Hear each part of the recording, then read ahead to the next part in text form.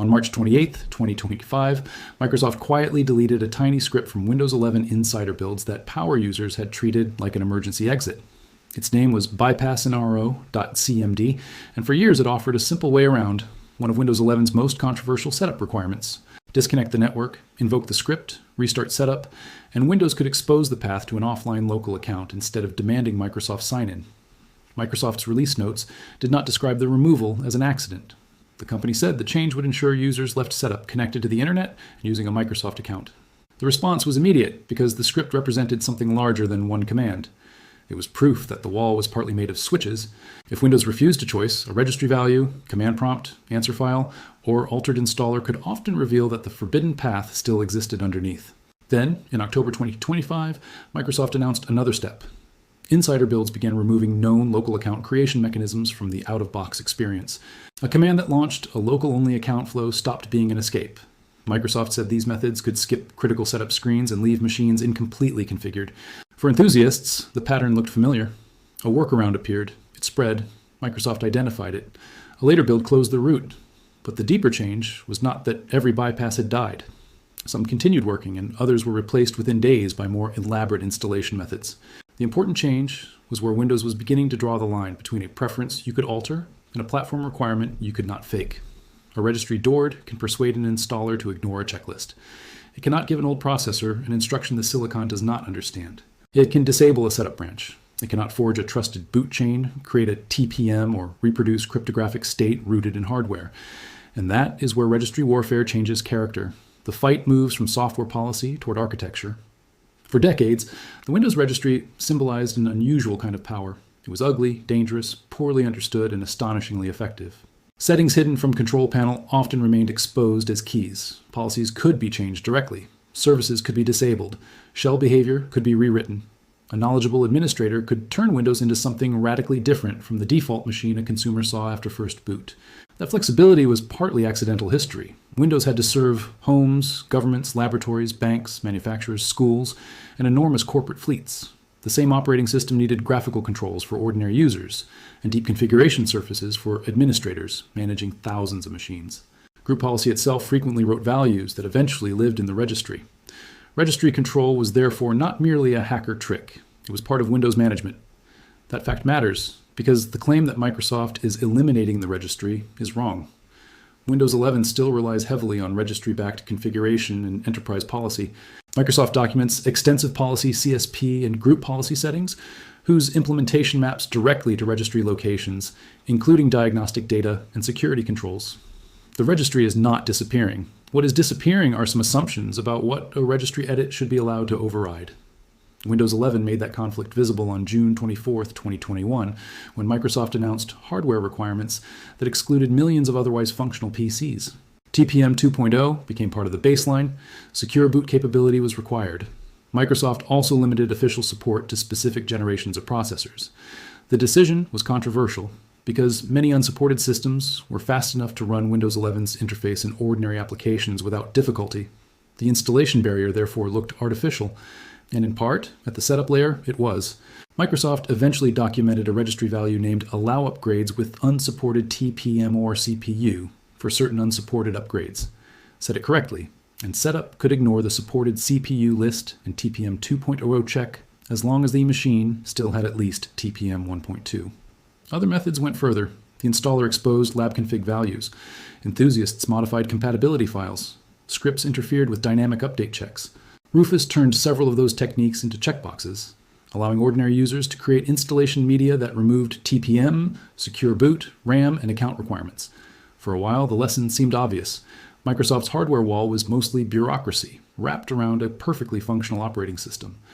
Then, Windows 11 version 24H2 demonstrated why that interpretation was incomplete. The operating system began relying on processor instructions that were absent from some very old x86 64 CPUs, including POP-CNT and SSE 4.2 era capabilities. On those machines, bypassing setup was no longer the difficult part. The operating system itself could execute instructions the processor did not implement. That is a completely different category of requirement.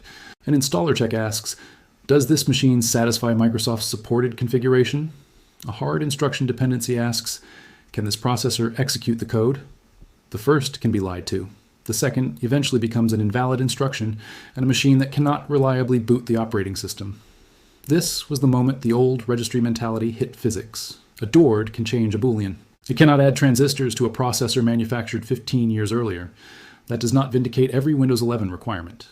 Microsoft still maintains a much narrower official CPU list than the minimum instruction set alone would demand. Many unsupported processors contain all instructions necessary to run Windows 11 24.8.2 and can still be installed using unofficial methods. The distinction is crucial. There are policy requirements and technical requirements, and Windows increasingly contains both. Policy requirements are negotiable until Microsoft changes the installer. Technical requirements become non-negotiable when Windows code genuinely depends on them. The war over local accounts belongs mostly to the first category.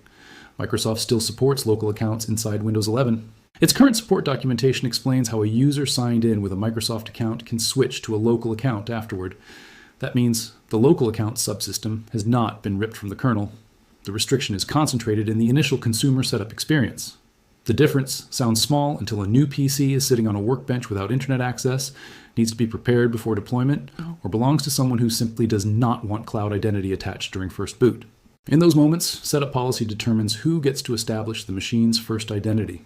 Microsoft argues that account-linked setup enables synchronization, recovery, security, cloud integration, and a correctly completed out-of-box configuration. A Microsoft account can recover encryption keys, synchronize settings, connect OneDrive, activate services, and simplify access to the company's ecosystem. Those are real benefits. They are also exactly why critics resist making the account mandatory. The first Windows login becomes the junction where device identity, cloud identity, recovery, subscriptions, backup, app distribution, and future service prompts can converge. That does not prove the requirement exists to harvest telemetry. There is no evidence that Microsoft removed bypass NRO specifically to preserve diagnostic data collection.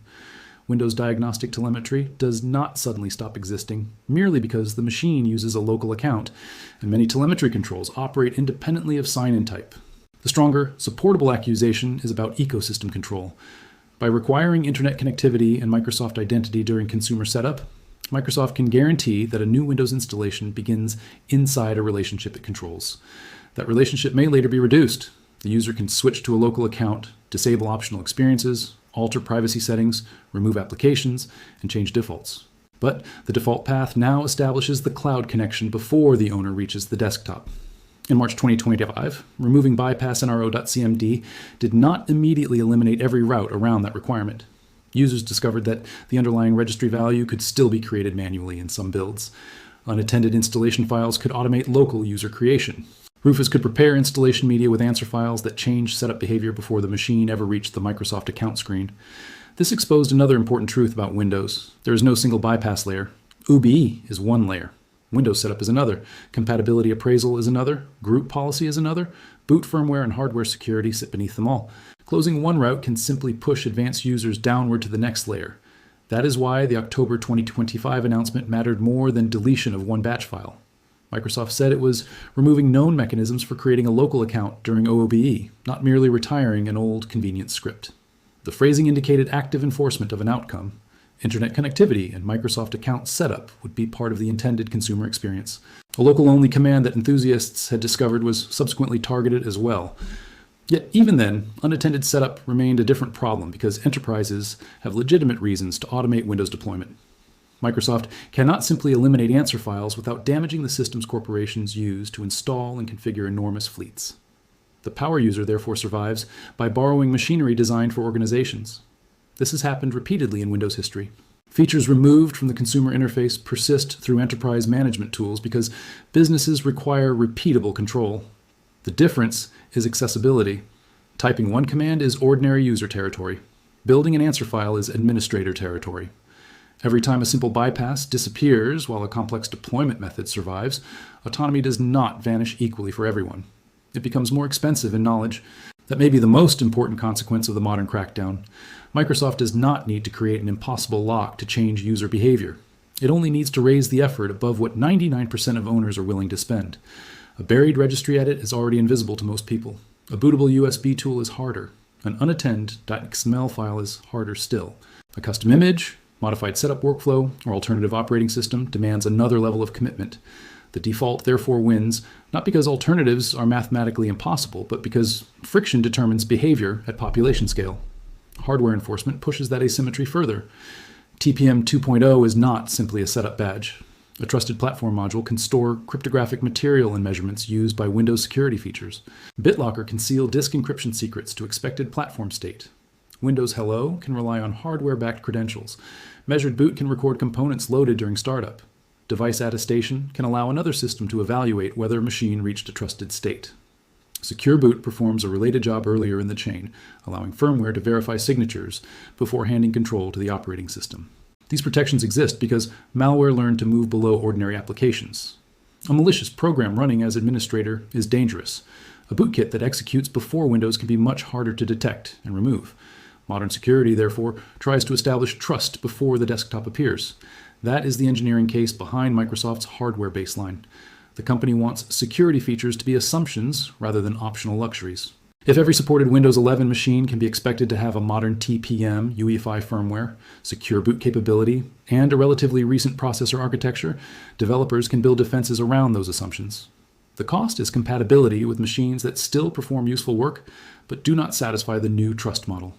A registry override can tell setup to ignore the absence of one property. It cannot guarantee the resulting computer provides the security properties software later expects. This is why bypassing and supporting are not the same thing.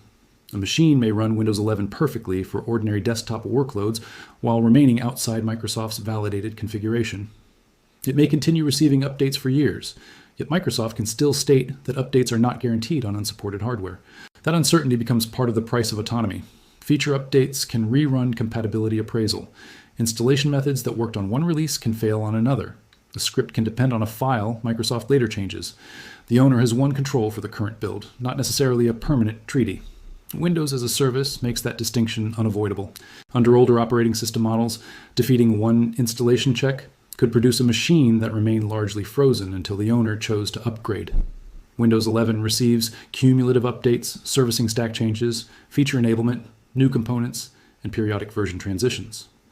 The environment that contains the bypass can therefore be changed by the same vendor enforcing the requirement. That is why a workaround living entirely inside Microsoft-controlled setup code has a limited lifespan. Microsoft can remove the batch file, rename the component, change the OOUBE state machine, rebuild compatibility appraisal, require a new signature. Power users can answer with new scripts, but the attacker-defender geometry favors the platform owner. Microsoft has source code, signing keys distribution infrastructure, telemetry from failures, insider testing channels, and the ability to replace components through Windows Update. The community has observation, reverse engineering, automation, and the extraordinary creativity of millions of users that can keep the contest alive for years, but it cannot make a loophole permanent when the other side controls the code containing it. The same principle applies to telemetry, although the popular story again needs correction. Many Windows diagnostic data settings remain legitimate, documented configuration, rather than hacks Microsoft is racing to destroy. Enterprise, education, and server editions expose controls that can reduce Windows diagnostic data much further than ordinary consumer editions. Group policy and mobile device management policies remain central to Microsoft's own enterprise strategy. Some of those policies are backed by registry values because the registry remains a core configuration database. What changes is the boundary around which data flows Microsoft treats as required for a supported service. Turning off a scheduled task or blocking a host name may work temporarily, but Windows services evolve, endpoints move, components are consolidated.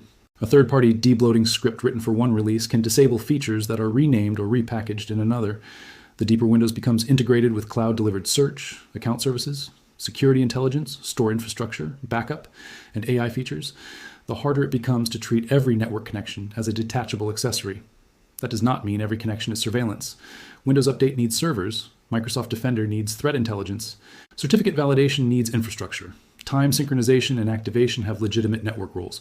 Privacy requires distinguishing required service traffic from optional diagnostics, advertising identifiers, personalized experiences, application telemetry, and cloud features.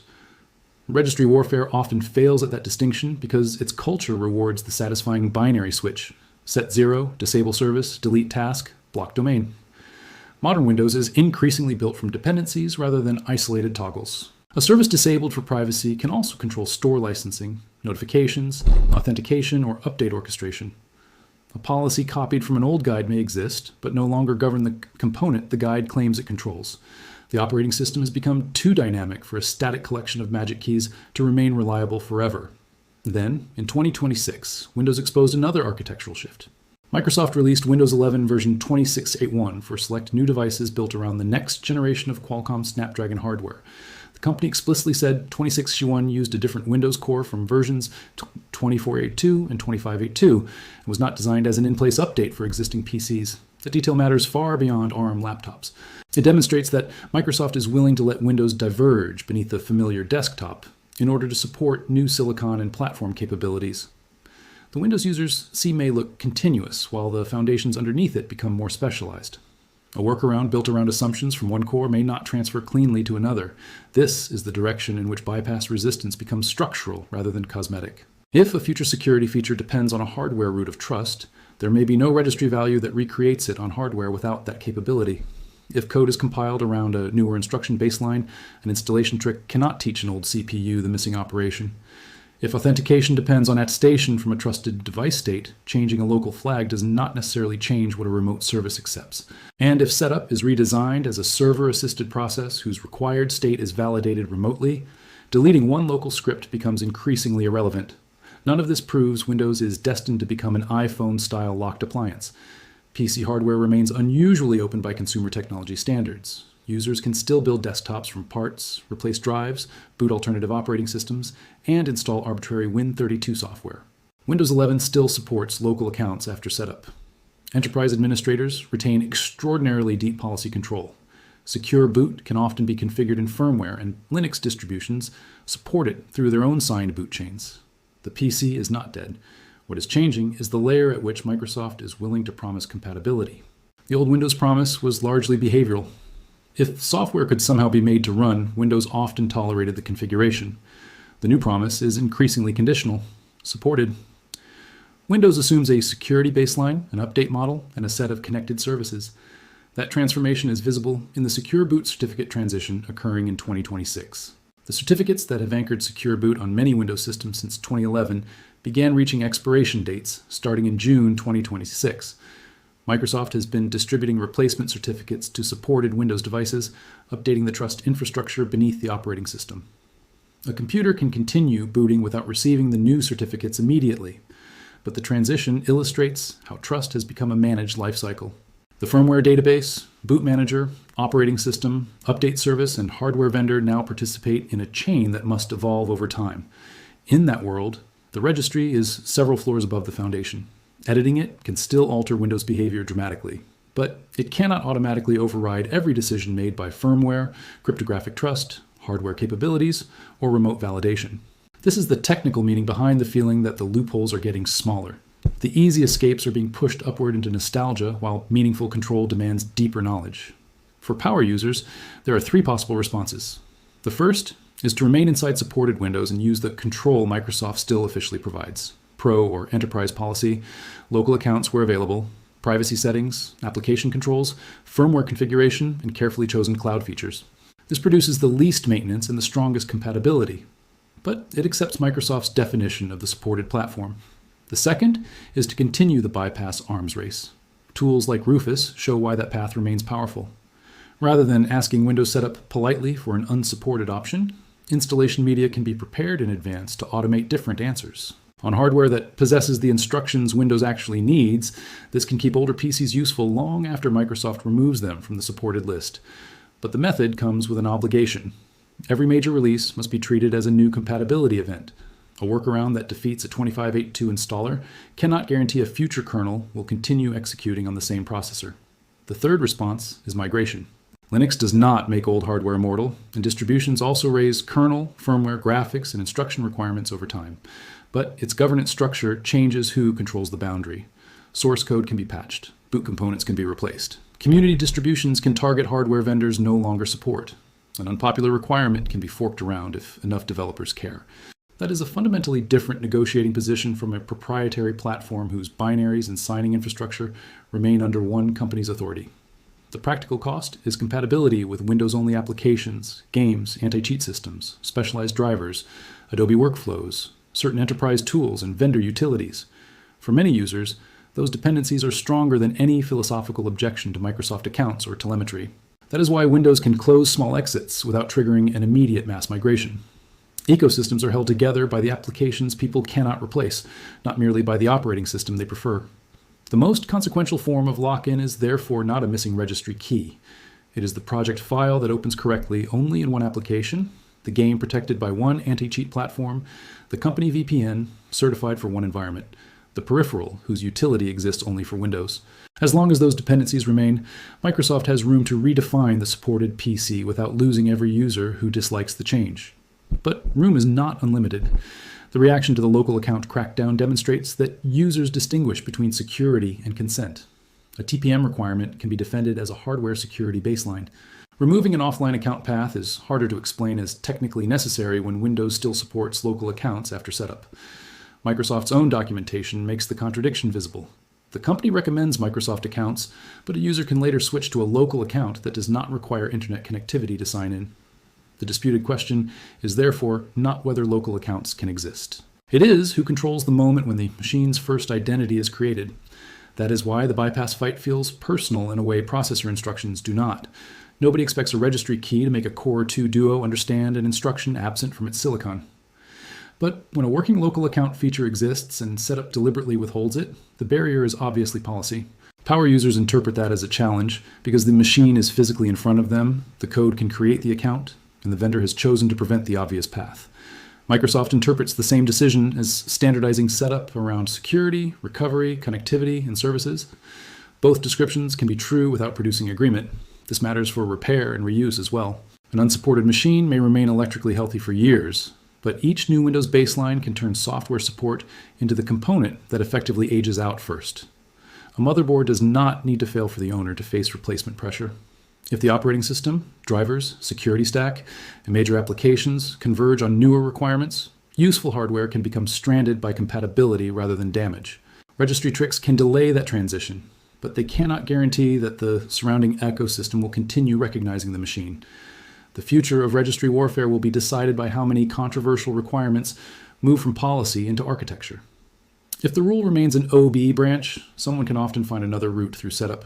If the rule becomes a signed attestation, a cryptographic entitlement, a server-side requirement, or an actual CPU dependency, local edits lose leverage. The crucial battlefield is not the registry. It is the trust boundary.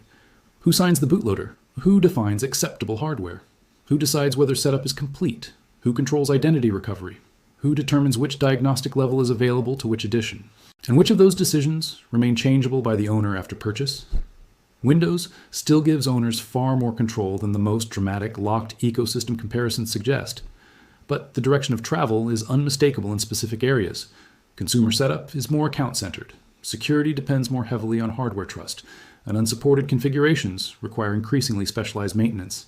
The most famous old bypasses were powerful because Microsoft had left policy doors exposed in user-reachable software. As those doors close, workarounds migrate toward unattended deployment, installer modification, boot media, or entirely different operating systems. That movement is not proof that every bypass will be patched forever. No platform as complex as Windows can guarantee that. New loopholes will appear because compatibility, enterprise deployment, repair, and recovery require flexibility. Microsoft itself must preserve privileged pathways for OEMs, administrators, developers, and support technicians. The question is whether those pathways remain understandable and accessible to ordinary owners. If not, the PC can remain technically open while becoming practically closed for everyone without specialized knowledge. That is the real danger behind registry warfare. Autonomy does not disappear when the final DWORD is deleted. It disappears when meaningful control becomes so obscure, brittle, and unsupported that most owners stop attempting it. The March 2025 removal of bypass .cmd now looks less like the end of an era than a marker on that road. The script was tiny, the local account system remained, other workarounds survived. Yet Microsoft chose to close a visible, easy route because it conflicted with the setup experience the company wanted every consumer to complete. Months later, it moved against additional local-only mechanisms. Meanwhile, Windows 24-2 showed that some hardware barriers could become real execution dependencies rather than installer theater. And 26.1 demonstrated that future silicon could justify a different Windows core. Put those events together and the pattern becomes clearer. Microsoft is not systematically replacing every registry flag with kernel enforcement. That claim is too simple. It is doing something more durable, moving selected assumptions about identity, security, hardware, and servicing into layers where ordinary configuration has less authority. The registry will survive because Windows needs it. Power users will survive because general-purpose computers are difficult to seal completely without breaking the enormous ecosystem that makes Windows valuable. But the days when a famous 3-line tweak could be assumed to work indefinitely are ending. Every new bypass now carries an expiration date written by someone else, and the final battle for ownership will not be fought over a registry key. It will be fought over whether the owner is still allowed to define what the machine trusts.